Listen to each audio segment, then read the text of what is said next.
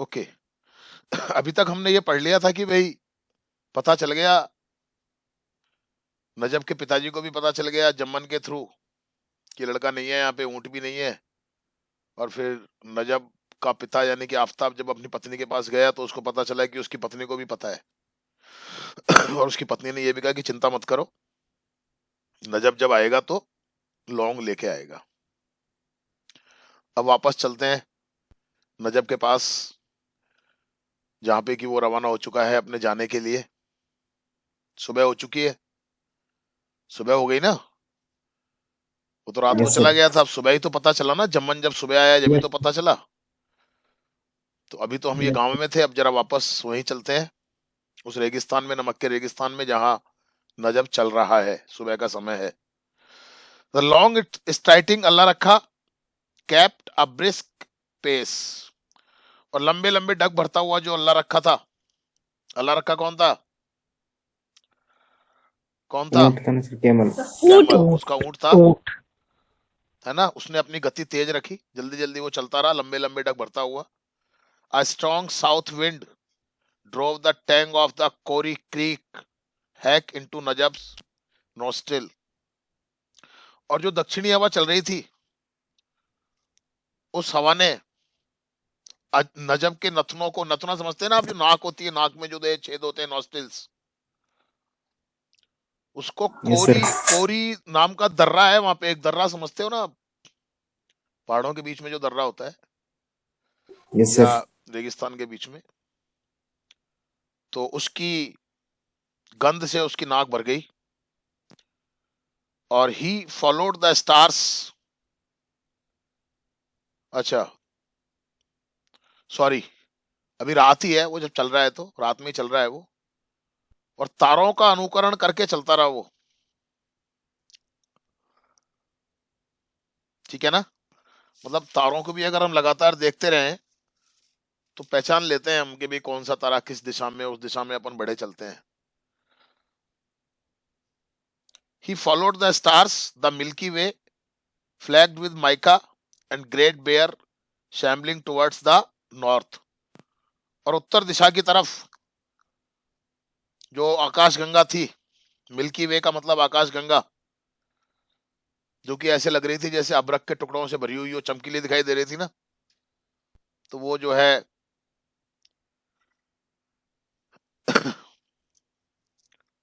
वो था जो नजब, उसी मिल्की वे की तरफ जो उत्तर दिशा में जा रही थी, मतलब थी, उस उन तारों का अनुकरण करते हुए आगे बढ़ने लगा। और बिफोर डॉन, डॉन का मतलब क्या होता है?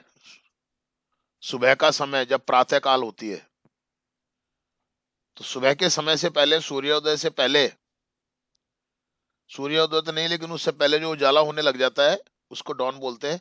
He had reached his destination, वो अपने निश्चित स्थान पर पहुंच चुका था। निश्चित मतलब पाकिस्तान में तो नहीं, लेकिन जहां भी कहीं उसको रुकना था कि भाई रात भर अपन चलेंगे, सुबह होने लग जाएगी तो यहाँ रुकना है अपने को, होता है ना इस प्रकार से कि भाई इतनी देर में अपन यहाँ पहुंच जाएंगे, तो डेस्टिनेशन बन जाता है वो उसका। तो वहां पर पहुंच चुका था। For a Sandy elevation palisaded with the bones of dead animals told him that he had arrived at Sarbela over 20 miles from काला डूंगर। आप ऐसे समझिए कि वो चलता हुआ काला डूंगर से वो रवाना हुआ था, तो वहां से चलता हुआ वो 20 मील तक आ गया था। 20 मील से भी ज्यादा दूर एक जगह है सारबेला, वहां पर वो पहुंच गया था। समझ गए आप? और मतलब वो एक जगह ऐसी थी जहां पर कि काफी मरे हुए जानवरों की हड्डियां पड़ी हुई थी। तो उन मरे हुए जानवरों की हड्डियों को देख करके वो समझ गया था कि भाई वो सारबेला नामक जगह स्थान पर पहुंच चुका है। और सारबेला जो कि सही दिशा में जा रहा था, वो जो कि काला डूंगर से जहां से वो रवाना हुआ था, वहां से लगभग 20 से भी ज्यादा मील दूरी पर था। He was already beyond the international boundary, और वो अंतरराष्ट्रीय बाउंड्री से भी दूर था। हेयर ही रेस्टेड, यहां उसने आराम किया। During day light movement was impossible, क्योंकि दिन के प्रकाश में किसी भी प्रकार की गतिविधि या हलचल असंभव थी। नजर में आ जाता है ना आदमी दिन में, तो आराम से दिख जाता है।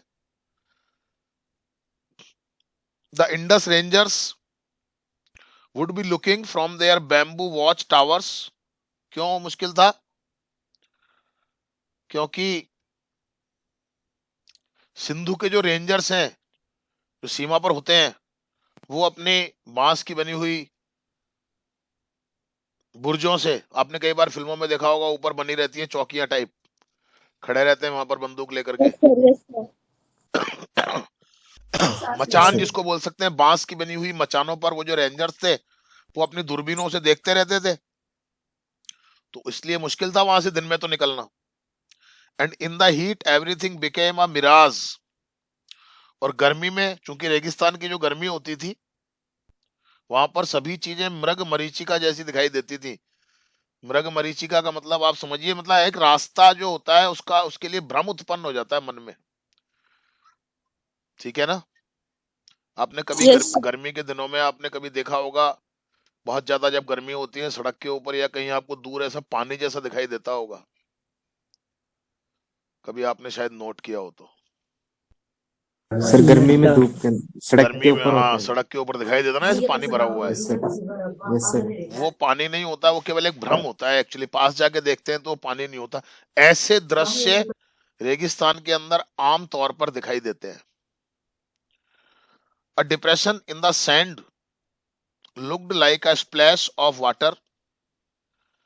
A freak stunted cactus gave the appearance of a grove, and a camel looked like a huge prehistoric animal on the move. मतलब वहां पर क्या होता था, जैसे कि पानी, जैसे कि जो रेत होती थी ना, वहां की जो मिट्टी होती थी, वो पानी की धार जैसी दिखाई देती थी कि पानी भरा हुआ है। और रेगिस्तान में उगने वाले जो कैक्टस होते हैं, छोटा सा कैक्टस का जो पौधा होता है, वो ऐसा लगता था जैसे बहुत बड़ा कोई पेड़ों का झुंड हो। और जो ऊंट होता है, वो तो बिल्कुल चलता हुआ ऐसे दिखाई देता था जैसे कि ऐतिहासिक समय से भी पहले कोई बहुत बड़ा जानवर हो, ऐसा दिखाई देता है। मतलब ये सब दृष्टि भ्रम होते हैं, दृष्टि भ्रम होते हैं ये, जो कि दिखाई देते हैं रेगिस्तान में आमतौर पर। छोटा सा कैक्टस ऐसे दिखाई देगा जैसे एक बहुत बड़ा पेड़ों का कोई झुंड हो यहाँ पे। और वहां पर जो रेत के टीले ऐसे दिखाई देते हैं जैसे पानी भरा हुआ हो। और घोड़े जैसा, ये सॉरी ऊंट जैसा जानवर तो ऐसे दिखाई देता है उसमें रेगिस्तान में, जैसे कि बहुत बड़ा कोई इतिहास से भी पहले का समय का, प्राचीन समय का कोई बहुत बड़ा जानवर हो। Any movement was sure to be noticed through binoculars. और निश्चित रूप से कोई भी किसी भी प्रकार की अगर गतिविधि की जाती दिन में, तो वो जो रेंजर्स थे, जो चौकीदारी कर रहे थे, जो पहरेदारी कर रहे थे बांस के मचानों पर बैठ करके, उनकी दूरबीनों के द्वारा वो दृश्य निश्चित रूप से पकड़ में आ सकता था। इसलिए कोई भी दिन में कोई मूवमेंट वहां पर नहीं होता था। रात भर चलो, दिन में रुको, फिर रात में फिर चल दो। When the sun came up, Najab took his first drink of water from his चागल। और जब सूर्य उगाया, सूर्य निकल आया, तो नजब ने अपनी उस चागल से, जो पानी की बोतल थी उसकी, उसमें से थोड़ा सा पानी पिया। At noon he had his first meal, dry stale bread with onion. और जब दोपहर हो गई, रुका हुआ था जहां पे वो, वहीं से ही कहीं मिट्टी के टीलों के नीचे या कहीं पर वो रुका हुआ था, जैसे कि नजर में नहीं आए। तो दोपहर को उसने अपना पहला खाना खाया। उसकी जो बासी सूखी रोटी थी, प्याज के साथ उसको खाया उसने, थोड़ा लेके आया था वो खाने के लिए। By now thoughts about Fatima took a vice like grip over him. और अब फ्री था वो, कुछ काम तो था नहीं, तो फातिमा के विचार उसके दिमाग के अंदर बार बार आ रहे थे। ठीक है ना? एन एंटायर नाइट ले बिटवीन देम। अभी तो पूरी एक रात पड़ी हुई थी, अभी तो दिन ही हुआ है, अभी तो दिन में वो रुकेगा, फिर रात में फिर रवाना होगा, तब जाकर के सुबह वो पहुंचेगा फातिमा के पास। ही थॉट, उसने सोचा कि अभी तो पूरी रात अपने बीच में है। And the distance was less than 10 miles. और अब दूरी कितनी रह गई थी? केवल 10 मील की दूरी रह गई थी। कहां से? जहां पर वो दिन में भी रुका हुआ है, वहां से फातिमा के घर तक की दूरी लगभग 10 मील की दूरी अभी रह गई थी। The thought of it made him writhe even as the sun started hitting its hammer on the anvil of the desert. और ये जो विचार था उसके मन में कि भाई अभी तो पूरा एक रात लगेगी, अभी तो 10 मील दूर है, इस विचार से उसके मन में एक तड़प सी थी। और अब रेगिस्तान में धूप बढ़ने लगी, समझ रहे हैं आप। Even as the sun started hitting, इस सूरज ने भी गर्म होना शुरू कर दिया था। Its hammer on the anvil of the desert, यानी कि रेगिस्तान जो था उस रेगिस्तान के ऊपर सूरज की गर्मी एक हथौड़े की तरह पड़ रही थी। रेगिस्तान में गर्मी भी बहुत जल्दी होती है और ठंड भी बहुत जल्दी होती है, ध्यान रखना आप, क्योंकि वो मिट्टी इस प्रकार की होती है, वो बहुत जल्दी गर्म हो जाती है। और सर्दी जब होती है तो वो ठंडी भी ज्यादा रहती है। अभी आप जाओ जैसलमेर में, बाड़मेर में, तो वहां की मिट्टी आपको ऐसी मिलेगी बिल्कुल ठंडी, बैठ नहीं सकते आप, समझ रहे हैं आप। और वही मिट्टी गर्मी के दिनों में रात में तो ठंडी रहती है, लेकिन दिन में ऐसी गर्म हो जाती है कि पापड़ भून लो वहां पे आप उस मिट्टी पे रख के, इतनी जबरदस्त गर्मी होती है रेगिस्तान के अंदर। A whiff of the tangy south wind caught his nostril again, और फिर से दक्षिण से चलने वाली जो हवा थी उसके साथ जो एक महक थी, ठीक है ना, फिर से उसकी नथनों में भर गई वो हवा। और but this time it brought with it a thin dappled veil of cloud, patches of which lay overlapping like fish scales। लेकिन इस बार ये जो हवा थी, इस हवा में थोड़े बहुत बादल भी थे, और वो बादल ऐसे दिखाई दे रहे थे आसमान में, कभी आपने भी देखे होंगे, जैसे मछली के शल्क नहीं होते हैं, मछली के शल्क, कभी आपने छोटी क्लासेस के अंदर मछली का चित्र बनाया होगा, यस। इस प्रकार के वो बादल जो थे आसमान में वो दिखाई दे रहे थे। और मतलब ये वर्णन है जी उस समय का, ये लिटरेचर में यही तो चीजें होती हैं, छोटी सी चीज को किसी तरीके से एलिबोरेट किया जाता है। और within an our this corrugated cloud had covered a substantial portion of the sky, और थोड़े ही एक ही घंटे के अंदर अंदर ये जो बादल थे काले काले, ये इन बादलों ने उस आसमान के काफी अच्छे खासे हिस्से को ढक लिया, समझ रहे हैं आप। Looking for all the world like a stretch of wind rippled sand,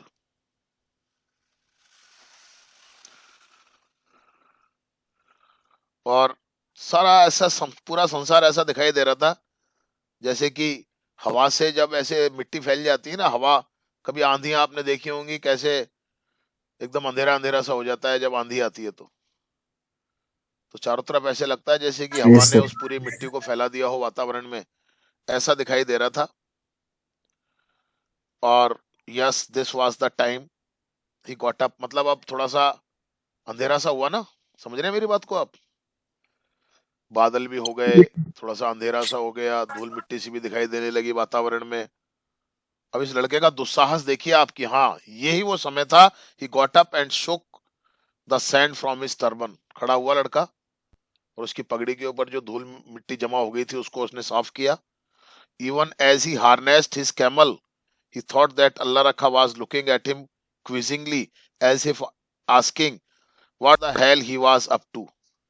अब वो खड़ा हुआ, उसने अपने अल्लाह रखा के ऊपर जो काठी वगैरह होती है उसको तैयार किया चलने के लिए, तो अल्लाह रखा भी उसको बड़े आश्चर्य से देख रहा था कि यार ये कर क्या रहा है ये आदमी, क्योंकि दिन का ही टाइम था ना, अभी तो दिन के टाइम में कैसे ये जा रहा है, रात के समय जाना था, समझ रहे हैं मेरी बात को आप। नहीं समझ में आई बात आपको? Yes sir. दोपहरी दसर पर बादलों की जैसे हो गया। हाँ, उसने लगा कि अंधेरा हो रहा है, अब चलो चलते हैं। Yes sir. लेकिन ऊंट जो था वो तो समझ रहा था कि अभी तो दिन है पूरा, इसी कारण ये क्या कर रहा है, ये दिन में ऐसे कहाँ लेके जाएगा। अच्छा, सबसे ज्यादा जोर तो किसको पड़ेगा, ऊंट को ही पड़ेगा ना, ऊंट को ही चलना पड़ेगा गर्मी में। Yes sir. समझ में आ रही है मेरी बात आपको? जी गुरु जी। यानी यस कि सर। अल्लाह रखा उसको ऐसे देख रहा था, उसका ऊंट नजब को ऐसे देख रहा था कि भाई क्या पागलपन कर रहा है ये, है। At the level of consciousness he knew that this was madness. और हालांकि जो नजब था उसको मालूम था कि एक प्रकार से जो भी कुछ वो कर रहा है वो गलत कर रहा है, पागलपन है ये। दिन में नहीं जाना चाहिए। दिन में दो बातें, एक तो रेगिस्तान की गर्मी, और दूसरी बात जो रेंजर्स चौकीदारी कर रहे हैं, वॉचिंग कर रहे हैं, निगरानी रख रहे हैं, उनकी नजर में आ जाएगा। He knew of overworked camels dying of फैटिक।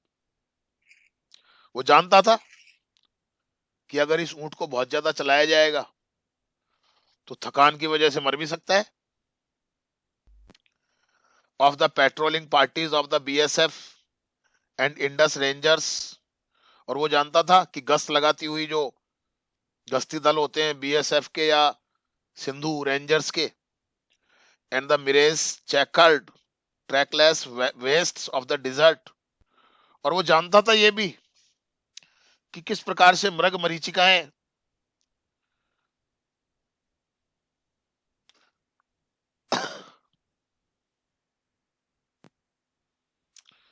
यहां पर रेगिस्तान में बन जाती है, वो ये भी जानता था। समझ रहे हैं ना आप? But he succumbed to a rush of blood and the face of Fatima beckoned him like a mirage। लेकिन वो इतना बेचैन हो रहा था कि उसको ऐसे लग रहा था जैसे कि वो फातिमा उसको इशारा करके बुला रही हो। मतलब उसको लग रहा था कि बस मैं जल्दी से जल्दी वहां पर पहुंच जाऊं। तो हर प्रकार का खतरा उठाने के लिए तैयार था, लेकिन ये इसको पागलपन कहा जाता है, दुस्साहस कहा जाता है इसको। अब वो आपको बता दी ना किस बात का खतरा था दिन में। जी एक तो गुरुजी। इस बात का खतरा था यस कि सर। अगर वो बहुत ज्यादा ऊंट को रात भर चलाया उसने, फिर अब वो उसको दिन में चलाएगा, ऊंट थका हुआ है, 20 मील से भी ज्यादा ऑलरेडी वो चल चुका है। फिर अगर उसको वो लगातार चलाएगा तो ऊंट थक के मर भी सकता है। एक तो ये खतरा था। दूसरा, उसको पता था गश्ती दल घूम रहे होंगे, गश्त लगा रहे होंगे, बीएसएफ के जवान या सिंधु रेंजर्स जो है वो गश्त लगा रहे होंगे। और तीसरी बात, वो ये भी जानता था कि ये रेगिस्तान है, दिन के समय पे रास्ते को भी भूल सकते हैं, इधर उधर गलत रास्ते पे भी जा सकते हैं, सारी बातें हैं। क्योंकि मरग मरग मरीचिकाओं की वजह, जैसे बताया ना, होता कुछ है और दिखता कुछ है रेगिस्तान में, तो रास्ता भटकने का भी डर था। लेकिन इसके बावजूद उसको ऐसे लग रहा था जैसे फातिमा उसको बुला रही है, और अपनी उस बेचैनी की वजह से वो वहां पर जाने के लिए तैयार हो गया। क्लियर हुआ आपको? जी गुरुजी। वो हो गया। Yes sir. और ऊंट देख रहा है कि ये पागल है, क्या मरवाएगा क्या है, अभी तो यस सर। थोड़ा सा रेस्ट करना चाहिए, और ये लेके जा रहा है दिन में, और रेगिस्तान की गर्मी, सारी बातें। खैर, नजब रवाना हो गया वहां से। Najab crossed the international boundary pillar number 1066। और नजब ने क्या किया, जो अंतरराष्ट्रीय सीमा का जो पिलर नंबर था 1066, उसको क्रॉस कर लिया। यानी कि भारतीय सीमा में से वो कहां घुस गया, पाकिस्तान की सीमा में आ गया वो।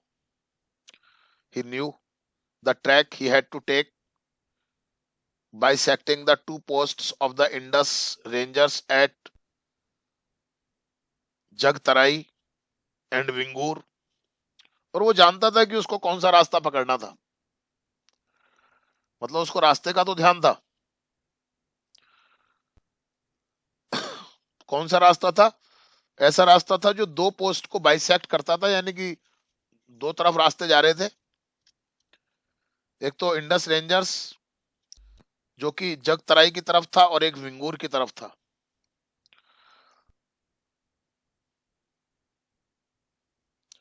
But he stayed over ever so slightly, and from their watchtowers they saw through their binoculars this sleek camel, warped and distorted by the heat, shimmer into a lumbering leviathan।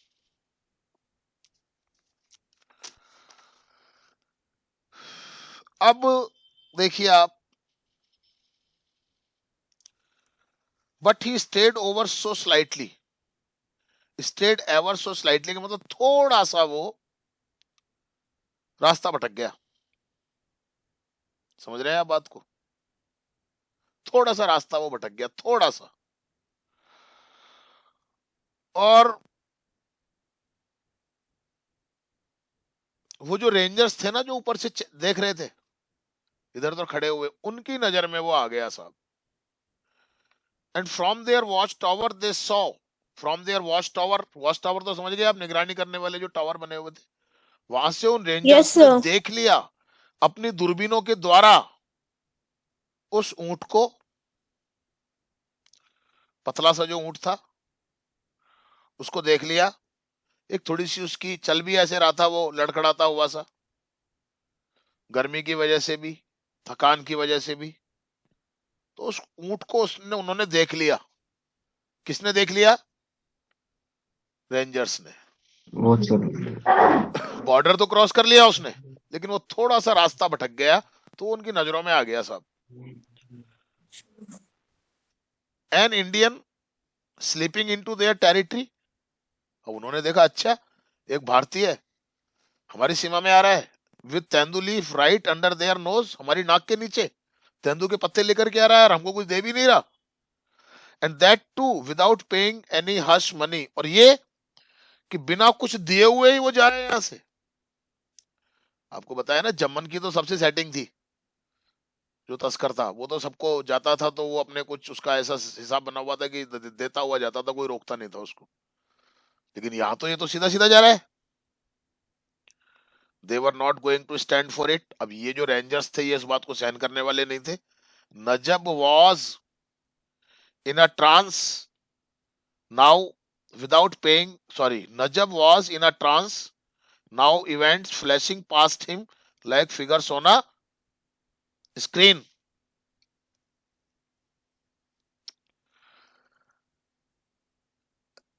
अब इस समय जो नजब था वो अपनी बीती हुई बातों में मस्त हो गया। मतलब उसको पिछली कुछ बातें उसको याद आ गई, है ना।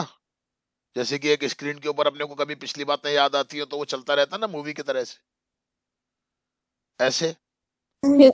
हाँ, उसको मतलब ये सर ध्यान नहीं क्या है, बस वो तो चला जा रहा है और उसके दिमाग में पिछली बातें चल रही हैं। The mile long chase, the firing from behind, the spent bullets flapping in the sand, and then the rising wind which churned the dust into his eyes and then rose between the hunter and the hunted. अब देखिए क्या हुआ। अब वो rangers जो थे उसका पीछा करने लगे, आगे निकल गया ना वो। तो वो जो रेंजर्स जो निगरानी कर रहे थे वो उसका पीछा करने लगे, पीछे से उन्होंने गोलियां भी चलाई उसके पीछे। समझ रहे हैं मेरी बात को आप? और गोलियां चली तो वो गोलियां कहां लगी? उसके तो लगी नहीं, वो मिट्टी में धंस गई गोलियां, निशाना चूक गया। और जब वो मिट्टी में गोलियां लगी तो वो मिट्टी उड़ी ना, गोली बहुत जोर से लगती है। तो गोली जैसी जमीन में लगी, मिट्टी में लगी, तो वो धूल उड़ी। और वो धूल उड़ करके उसकी आंखों में आ गई। और वो आप समझिए ऐसे कि पीछे पीछे तो रेंजर्स आ रहे हैं, आगे नजब चल रहा है अपने ऊंट के ऊपर, और रेंजर्स पीछे से गोली चला रहे हैं। अब पीछे से जब वो गोली चला रहे हैं तो वो गोली उसको तो लगी नहीं, अल्लाह रखा को और नजब को। निशाना चूक के वो गोली कहां गई? जमीन में लगी। जमीन में क्या है? मिट्टी है। तो जैसी गोली जमीन में लगी तो मिट्टी उड़ेगी ना। Yes sir. अब नजब के बीच में और रेंजर्स के बीच में वो मिट्टी आ गई कि नहीं आ गई? आ गई बोली। समझ में आ गई बात आपको? Yes sir. आ गई। और वो मिट्टी जो उड़ रही है अभी गोलियों की वजह से, उससे नजब का चेहरा भी ढक गया, उसकी आंखें भी ढक गई। क्लियर हो गई आपको ये बात? जी गुरु। यानी कि यस सर। शिकार और शिकारी के बीच में वो धूल मिट्टी आ गई। कैसे आ गई मैंने बता ही दिया आपको, गोली चलाने से। When the dust settled half an hour later, he was alone in the run. और जब आधा घंटे के बाद वो सारी की सारी मिट्टी जो उड़ी हुई थी उस समय गोली की वजह से, आधा घंटे के बाद वो सारी मिट्टी नीचे बैठ गई, तो नजब ने देखा कि वो उस समय उस रन के अंदर अकेला ही था, यानी कि रेंजर्स वापस चले गए थे। The next 3 hours passed in a daze, और अगले कुछ घंटे बड़ी स्तब्धता में बीते, ऐसे जैसे कि बिल्कुल भौचक्का सा रह गया वो। ही वॉज mortally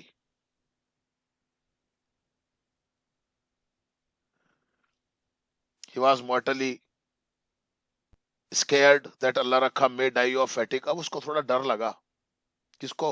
नजब को, कि कहीं ऐसा नहीं हो ये जो अल्लाह रखा है, जो ऊंट है, ये थकान की वजह से मर जाए। सो to ease him of his burden, he now started walking beside him। तो नजब ने क्या किया? ऊंट से उतर गया वो। उसने सोचा कि भाई मैं अगर ऊंट के ऊपर बैठ के चलूंगा तो ऊंट को ज्यादा वजन लेके चलना पड़ेगा, तो उसका वजन कम करने के लिए वो खुद ऊंट पे से उतर गया। और within an hour the sail had scraped the callus from his feet and scared them with agonising tracks.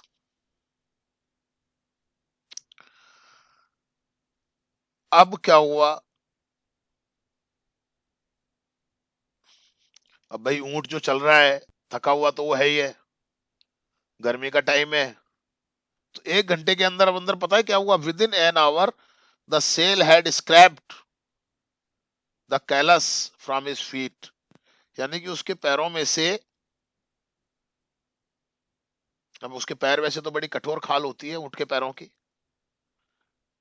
लेकिन उसके पैरों में भी बिवाइयां फट गई, मिट्टी भर गई, चलना मुश्किल हो गया। कुल मिलाकर के कहने का ये है उसके लिए।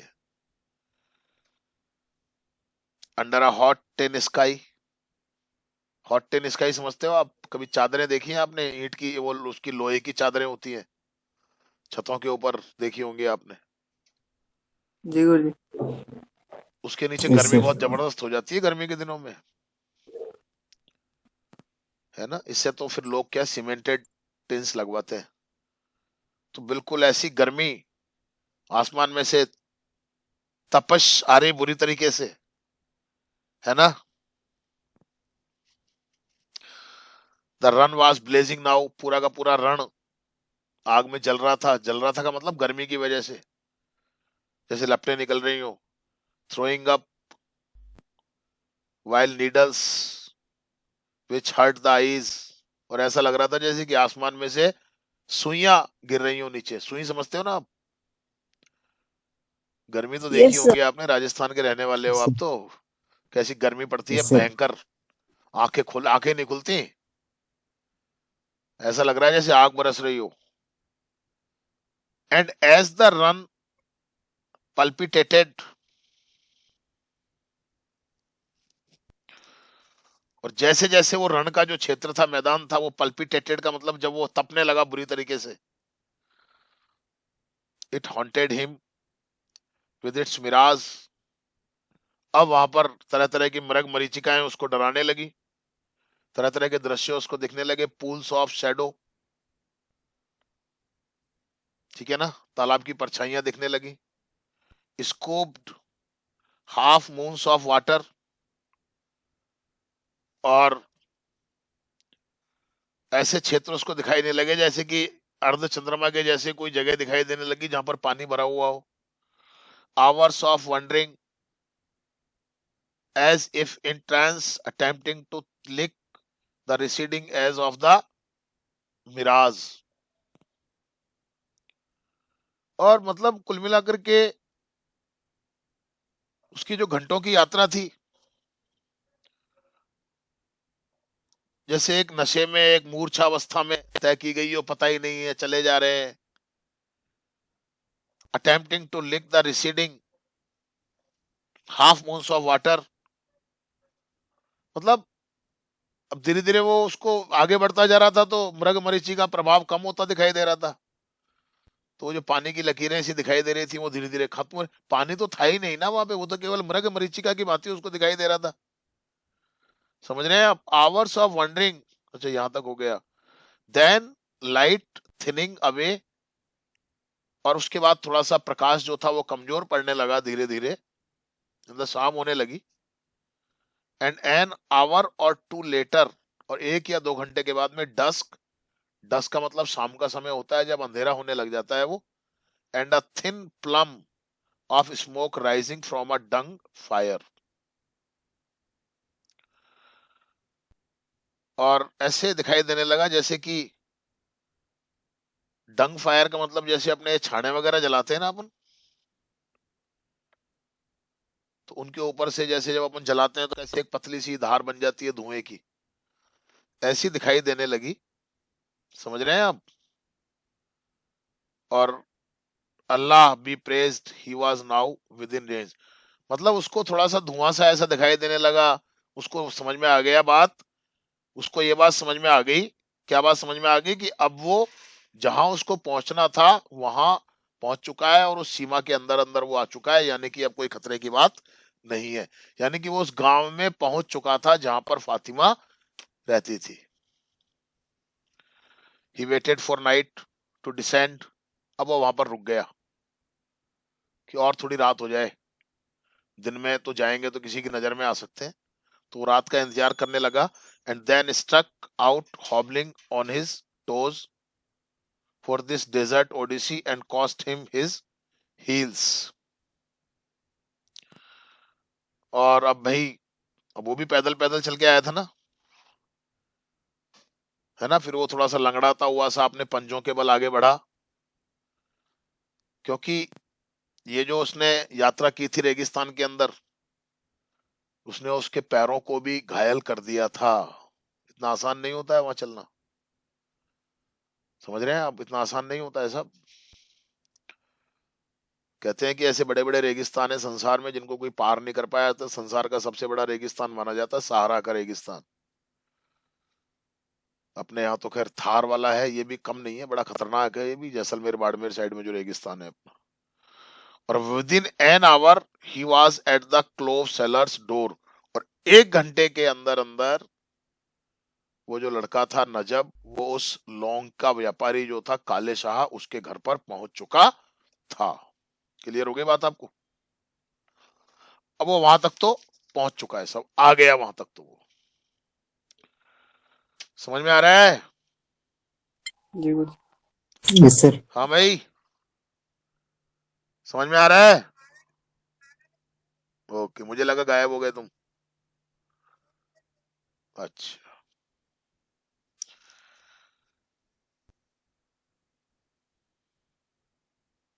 Fatima rose from her bed like a panic stricken doe as he called out her name softly through the window bars. अब देखिए वहां पर नजब पहुंच गया, उसके दरवाजे पे तो गया नहीं, जो कमरा था फातिमा का उसके खिड़की पे पहुंचा वो, और उसकी खिड़की में से उसने जब आवाज लगाई तो फातिमा एक डरी हुई हिरणी की भांति, समझ रहे हैं ना आप, उठी। डर तो होता ही है, उठी, है ना? और it took some anxious moments for it to sink in that it was नजब। और उसको थोड़ा समय लगा ये समझने में कि हाँ भाई ये नजब ही था। हर लस्ट्रियस आईज लिट अप, और उसकी जो चमकीली आंखें थी, उसकी चमकीली आंखों ने कमरे के अंधेरे को दूर कर दिया, कमरा प्रकाशित हो उठा, और उसने दरवाजा खोला। किसने दरवाजा खोला? फातिमा ने। कौन था उधर? नजब। क्लियर हो गया? और वो नजब अंदर आ गया। समझ में आ गई बात आपको? Yes sir. क्लियर? जी गुरुजी। यानी कि आना तो उसको सुबह ही चाहिए था, लेकिन वो रात को ही आ गया। रात को कैसे आ गया वो? क्योंकि उसको दिन में रुकना चाहिए था, वो दिन में रुका नहीं, वो दिन में ही चल करके रात में पहुंच गया, लेकिन गलत किया उसने, नजर में आ गया वो। रेंजर्स ने तो देख लिया था ना कि कोई आदमी गया है पाकिस्तान के सीमा में से भारत की सीमा में से पाकिस्तान के अंदर गया है, यस तो सर। ढूंढने का कोशिश भी करेंगे कि नहीं करेंगे? वो उसको करेंगे। करेंगे ना सब। अब क्या हुआ देखिए आप आगे। 2 hours before dawn, Kalesha was woken up by the beat constable banging on the door. और अभी सुबह होने में 2 घंटे बाकी थे, और उससे पहले ही जो पुलिस कांस्टेबल था वहां का, वो काले शाह के घर पर आया और दरवाजा बजाया और उसको जगाया।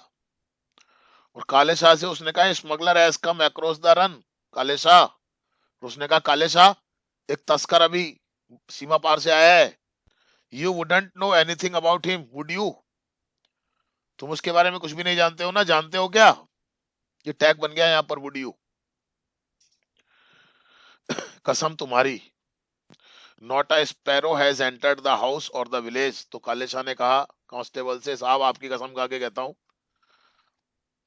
यहाँ तो इस घर में तो, या इस गांव के अंदर तो एक चिड़िया भी नहीं आई है साहब, कोई भी नहीं आया हमारे यहाँ तो। Even the dogs have not been barking tonight. और साहब आज तो रात को कुत्ते भी नहीं भौंके। Then he added with a knowing wink, why should a smuggler come to me? और फिर उसने ऐसे अनजान से बनते हुए अपनी पलकों को झपकाते हुए उसने कहा कांस्टेबल से कि साहब कोई भी स्मगलर मेरे पास क्यों आएगा, मैं कोई ये काम थोड़ी करता हूं। But the law was not amused. लेकिन वो जो कांस्टेबल था वो उसकी बात से संतुष्ट नहीं हुआ, खुश नहीं हुआ।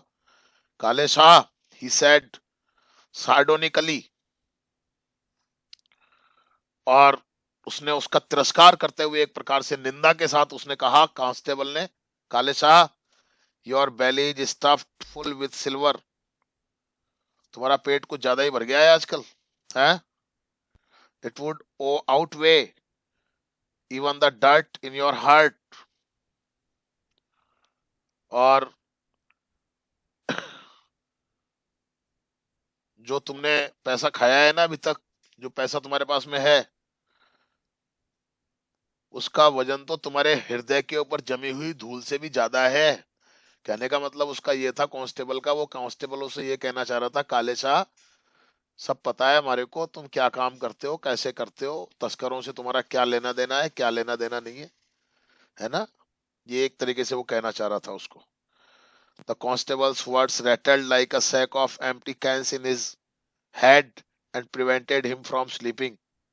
अब कांस्टेबल जो कुछ उसको बोल के गया था ना, वो शब्द उसके दिलो दिमाग में गूंजने लग गए। और पता है उसको बाद में नींद ही नहीं आई, फिर घबरा गया वो कि यार क्या चक्कर है, कांस्टेबल कह रहा है तो कोई ना कोई जरूर आया होगा, कुछ ना कुछ तो मामला है। और खुद भी वो करता ही था गलत काम, तो पता ही है आपको भी, तस्करों की सहायता करता ही था वो तो। You have a guest, said Fatima as she bought him his tumbler of hot steaming milk next morning। और अगली सुबह जब फातिमा अपने पिता के लिए गर्म दूध लेकर के गई, तो उसने अपने पिता को कहा कि पिताजी, आपका कोई मेहमान आया है। समझ गया ना मेरी बात आप? भाई रात भर वो कहाँ यस रुका, नजब कहाँ रुका, फातिमा के पास। और सुबह जब फातिमा अपने पिताजी को दूध लेकर के गई अपने पिताजी के लिए, तो उसने अपने पिताजी से कहा कि पिताजी, आपका मेहमान आया है, और it is Najab, he stayed the night in the cattle shed. और उसने कहा कि नजब आया है और रात को वो पशुओं के बाड़े में रुका हुआ था। समझ रहे हैं आप? For a moment he was terrified. एक क्षण के लिए तो जो काले शाह था वो भयभीत हो गया। यानी कि रात को कांस्टेबल भी आया था ना, तो कांस्टेबल ने सही कहा था, इसका यस मतलब कि कोई ना कोई आया है यहाँ पे। और अब उसकी बेटी कह रही है कि नजब आया है, सर। जानवरों के बाड़े में रुका हुआ है। A smuggler in the house, the police prowling all round, and he did not even know of it. उसने लगा है मेरे घर में एक तस्कर आ गया, पुलिस उसको चारों तरफ ढूंढ रही है और मेरे को इस बारे में कुछ पता ही नहीं है। His meeting with Najab had been brief. खैर चलो जो भी है, नजब से उसकी मुलाकात हुई, बहुत छोटी सी मुलाकात थी। The rest fellow had brought no tendu leaf. और उसने सोचा कि ये देखो आज आया है यहाँ पर, कुछ लेकर के तो आया नहीं, तेंदू के पत्ते भी नहीं लाया, क्या मिलेगा मेरे को, पता नहीं क्यों आया है। तो उसने कहा, काले शाह ने नजब से, first you come unannounced dragging the police behind you. उसने कहा देखो पहली बात तो ये है कि तुम बिना बताए आए, दूसरी बात dragging the police behind you, अपने पीछे पीछे तुम पुलिस को भी ले आए। And then I find you have come with nothing, और फिर कुछ लेके नहीं आए तुम, सारे काम मेरे को मरवाने के कर दिए। Trading with you is going to be a dead loss son, with the cops on your back and your hands empty. तो उसने कहा कि बेटा अब तुम्हारे साथ व्यापार करना बड़ा महंगा हो गया है मेरे लिए। क्यों? तुम्हारे पीछे पीछे तुम पुलिस को ले आते हो और खाली हाथ आते हो, मतलब एक तो कोई लेना देना नहीं, खाली हाथ आए हो तुम। क्यों आए हो? पुलिस और तुम्हारे पीछे पीछे आ रही है, किस तरीके से आए हो? तो तुम तो मेरे को ही मरवाओगे। Najab thought that Kale Shah's waistcloth with its black and white checks looked like a chessboard. नजब ने सोचा कि ये जो काले शाह ने ये जो कपड़े पहने हुए हैं, वेस्ट क्लॉथ, वेस्ट क्लॉथ का मतलब जैसे शर्ट वगैरह पहनते हैं अपन, है ना, अपनी शर्ट हो गई, टी शर्ट हो गई, इसको वेस्ट क्लॉथ कहते हैं अपन। और व्हाइट चेक्स, ये जो ब्लैक और व्हाइट चेक वाला जो है इसने वेस्ट क्लॉथ पहना हुआ है, looked like a chess board, ये बिल्कुल एक शतरंज की तरह दिखाई दे रहा है। He would have to make his moves carefully, मतलब वो जानता था कि ये जो काले शाह है बहुत चालाक आदमी है ना, और इसके साथ उसको बहुत सावधानी से बात करनी पड़ेगी, सावधानी से काम करना पड़ेगा। He showed the gold bracelet, तो उसने क्या किया, नजब ने वो जो सोने की चूड़ी लेकर के आया था वो दिखाई उसको। सोने की चूड़ी कहां से लेके आया था वो? अपनी माँ की। उसकी अपनी माँ माँ से। की, वो दिखाया उसने। I have come for the clubs चाचा जान एंड आई शैल पे इन गोल्ड, उसने कहा चाचा जान मैं लौंग लेने के लिए आया हूं, और इस बार मैं आपको जो भुगतान करूंगा ना वो सोने में करूंगा, या सोने की चूड़ी में लेकर के आया हूं। चलो खैर बात हो गई। The next 2 days Kale Shah was busy buying clothes and arranging to get Allah Rakha grazed a few miles away by a cowherd, और अगले 2 दिन तक काले शाह थोड़ा व्यस्त रहा, उसके लिए लौंग वगैरह खरीदता रहा। लौंग खरीदी उसने उसके लिए, और जो उसका ऊंट था अल्लाह रखा उसके लिए भी उसने एक आदमी की व्यवस्था की जो उसको जंगल में ले जाके चरा के लाए। Otherwise the presence of a strange camel would have let loose a babel of tongues, otherwise क्या होता अगर वो ऊंट आसपास रहता, एक अजनबी ऊंट को लोग जब देखते तो तरह तरह की बातें करने लग जाते, किसका ऊंट है क्या नहीं है, तो उस ऊंट को भी दूर रखना जरूरी था। समझ रहे हैं आप? Najab slept in the cattle shed in the evening and slipped into Fatima's room late at night, और दिन में वो कहाँ रहता नजब? नजब भी बाहर नहीं निकल सकता था, तो दिन में वो कहाँ रहता? जानवरों के बाड़े में सोता, Yes, sir. और लेट नाइट वो चुपचाप फातिमा के कमरे में आ जाता था। They want me to marry Mahfooz Ali she told him, और जब वो रात को उसके पास आया नजब फातिमा के पास, तो फातिमा ने उसको बताया कि देखो मेरे घर वाले मेरी शादी महफूज अली के साथ करना चाहते हैं। He is related to us from my mother's family, और फातिमा ने बताया नजब को कि ये जो मुझे महफूज अली है ये मेरे पिता का कोई, मेरी माँ के परिवार में यानी कि मेरे ननिहाल में कोई दूर का रिश्तेदार है। समझ रहे हैं आप? ये उसने उसको बताया। The way he stammers you should hear him, और देखो कैसे अकलाता है वो, इसके साथ मेरी शादी करना चाहते हैं घर वाले, ऐसे अकलाता है वो, तुमने कभी सुनना उसको तुम? Urchins start mimicking him the moment they set eyes on him, और जैसे ही ये मतलब क्या नाम है इसका, जो गांव के जो छोरे हैं ना, जो लड़के हैं, जब उसको देखते हैं बोलते हुए तो वो उसकी नकल उतारना शुरू कर देते हैं। It is just a step remove from being hounded like a madman and pelted with stones. अब ये होता है जब जब महफूज अली बोलता है हकलाता हुआ, तो गांव के जो लड़के हैं उसकी नकल उतारना शुरू कर देते हैं, और ये महफूज अली पता है क्या करता है? क्या करता है? एक पागलों की तरीके से वो उनके पीछे पत्थर लेके भागता है। समझ में आ गई बात आपको? और ऐसे आदमी के साथ ये मेरी शादी करना चाहते हैं यार। मतलब ये बात कौन बता रहा है? फातिमा बता रही है। किसको? नजब को। नजब को। कब बता रही है? जब वो नजब रात में जानवरों के बाड़े में से फातिमा के कमरे में आ जाता था, तब उसको बताया उसने कि देखो ये मेरी शादी करने वाले हैं, ये कहीं ना कहीं मेरी शादी कर देंगे। और शादी भी कैसे आदमी से कर रहे हैं? ऐसे आदमी से कर रहे हैं।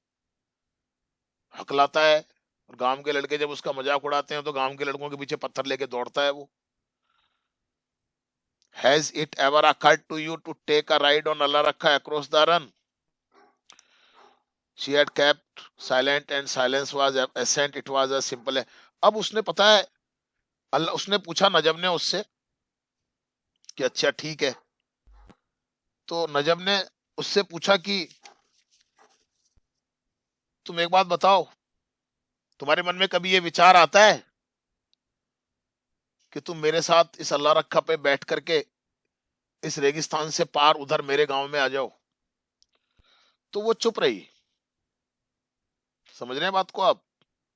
She had kept silent and silent was assent. वो चुप रही, और चुप्पी का मतलब क्या होता है? मौन स्वीकृति। जब हम किसी से कुछ पूछते हैं और वो कोई जवाब नहीं देता है तो इसका मतलब है कि उसकी स्वीकृति है। It was as simple as that. बिल्कुल साधारण सी बात थी ये। क्लियर हो गई बात आपको? चलो जी। The Yes, first sir. Lurch of the camel next evening and they were off. अब क्या हुआ? तो उन्होंने प्रोग्रामिंग कर ली साहब।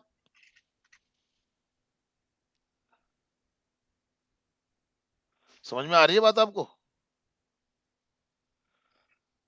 मतलब उन्होंने रात को ये प्लानिंग कर ली कि ठीक है कल अपने को चलना है, तो मैं शाम के समय जब मैं यहाँ से निकल के, तो मैं तो आगे चला जाऊंगा और बाद में तुम मेरे पीछे पीछे आ जाना। ठीक है, समझ में आ रहा है आपको?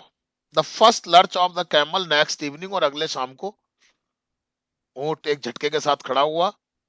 And they were of. और वो जो नजब था वो अपने ऊंट के साथ वहां से चला गया। He had weighted with his camel at the outskirts of the village. और गांव के बाहरी सीमा में जाकर के वो अपने ऊंट के साथ वहां पर रुक गया और इंतजार करने लगा। And she had slipped out after her father had started snoring. और वो जो फातिमा थी, जब उसके पिताजी सो गए, खर्राटे लेने लग गए, तो फातिमा भी चुपचाप अपने घर से निकल गई। The moment was too big for them and they did not speak. और ये जो क्षण था उनके लिए बहुत बड़ा था, ये जो समय था ये उनके लिए बहुत बड़ा था। समझ रहे हैं ना आप? और बड़ा तो था ही, लेकिन उनमें से कोई कुछ भी नहीं बोला। अब वो फातिमा जो थी वो भी अपना घर छोड़ के जा रही है, और वो तो घर लेकर के जा ही रहा है उसको नजब। It was only in passing that she thought of the village she was living for good. जब वो वहां से गुजर रही थी तब जरूर उसके मन में एक विचार आया था कि वो अपने अच्छे के लिए, अपनी भलाई के लिए इस गांव को छोड़कर जा रही है। As for quitting one country and entering another she never gave it a thought. जैसे कि एक देश से वो दूसरे देश में जा रही है, ये तो उसने सोचा ही नहीं था कि वो पाकिस्तान से निकल करके भारत में जा रही है। Where did one have the time for Pakistan and Hindustan when one was eloping with one's love and crossing the desert which divided both physically and symbolically the two countries। और ऐसे समय पर जब वो अपने प्रेमी के साथ वहां से भाग रही थी, तो किसके दिमाग में ये विचार आएगा कि मैं पाकिस्तान में हूं या भारत में हूं? कहने का मतलब ये कि प्रेम और प्यार जब होता है तब उसके बीच में कोई धर्म या जाति नहीं आती है किसी भी प्रकार से। आपने फिल्म देखी होगी गदर। Yes, sir. उसमें क्या हाल किया था उसने? Yes, sir. क्या नाम था उसका? सु- क्या हाल किया था वहां पर उसने सनी पाकिस्तान में देओल। जाके? हाँ, मतलब इसके लिए कोई सीमाएं नहीं होती है इन चीजों के लिए। ठीक है ना? कोई बंधन नहीं होता है। और for her it mean just a shift in dialect, a smear of Kuchi added with and a little of Sindhi sandpapered away। और उसके लिए तो केवल ये इतनी सी बात थी, थोड़ी सी बोली बदल जाना, थोड़ी सी किसी और भाषा का जुड़ जाना, बस उसके लिए यही था।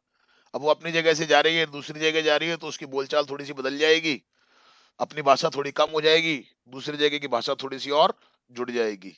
And the camel lurched and bumped onwards and Najab drove him hard. और वो जो ऊंट था, झटके खाता हुआ, उछलता हुआ आगे बढ़ता गया, और नजब उसको और तेज दौड़ाता चला गया. और by the time they reach Sarbela she was exhausted and fall asleep. और जब तक वो सारबेला पहुंचे, समझ गए ना सारबेला, तब तक फातिमा बहुत थक गई थी और उसको नींद भी आ गई थी. She woke up in the afternoon to find the sky overcast. और जब वो जागी दोपहर को, तो उसने देखा कि आसमान बादलों से भरा हुआ था. It turned ominous in the evening with depth upon depth of dark as nimbus gathering at the summons of a storm god. ये बड़ा शुभ संकेत था एक प्रकार का, और ऐसा लग रहा था जैसे कि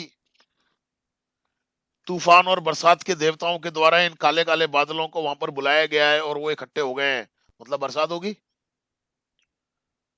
है ना.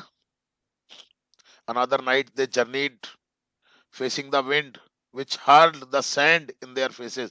अब दिन में तो वो सारबेला रुक गए, और फिर दूसरी रात को उन्होंने यात्रा शुरू की, और धूल उड़ रही थी, मिट्टी उड़ रही थी, और उनके चेहरों के ऊपर वो मिट्टी जमा हो रही थी. समझ में आ रही है ना बात आपको. As they neared Khavda, the thunder started rolling and reverberating across the skies. और जब वो खावदा के पास पहुंच गए चलते हुए, यानी कि आ गए हैं, वो ठिकाने पर आ रहे हैं, और जब वो खावदा के नजदीक आए, तो पूरे आसमान में ऐसे बादलों की गूंज सी सुनाई देने लगी, तूफान सा चलने लगा. और 3 times during the night Aftab had opened the door. अब वो आ गए हैं खावदा के अंदर, एक तरीके से ये मान लीजिए. और उस रात को 3 बार आफ्ताब ने दरवाजा खोल खोल के देखा था. यार चिंता तो होती है ना बच्चे की, यार बच्चा गया हुआ है बाहर, आफ्ताब का बेटा नजब जो है गया हुआ था, तो चिंता तो होती है. Thinking his son had come, ये सोचते हुए कि शायद उसका बेटा आ गया होगा. नींद नहीं आती सब माँ बाप को. But it was only the wind knocking against the door. जब भी जरा सी भी आवाज होती तो दरवाजा खोल के देखता कि शायद उसका बेटा आ गया होगा, लेकिन केवल हवा की वजह से ही वो दरवाजा बज रहा था. This time the banging was persistent. लेकिन इस बार जो दरवाजे के ऊपर जो आवाज आई, समझ रहे हैं ना आप, लगातार दरवाजा बजा. लगातार मतलब पता चल जाता है वो तो कि भाई लगातार बज रहा है तो कोई इंसान ही है. और when he unlatched the door he found Allah Rakha shying away from a streak of lightning. और जब उसने दरवाजे को खोला, किसने, आफ्ताब ने, तो उसने क्या पाया, अल्लाह रखा जो था, वो जो बिजलियां चमक रही थी, बिजली चमक रही थी ना, उन बिजलियों की चमक से वो थोड़ा सा शर्मा रहा था. और huge isolated drops of rain water falling. और बरसात की जो बूंदे थी,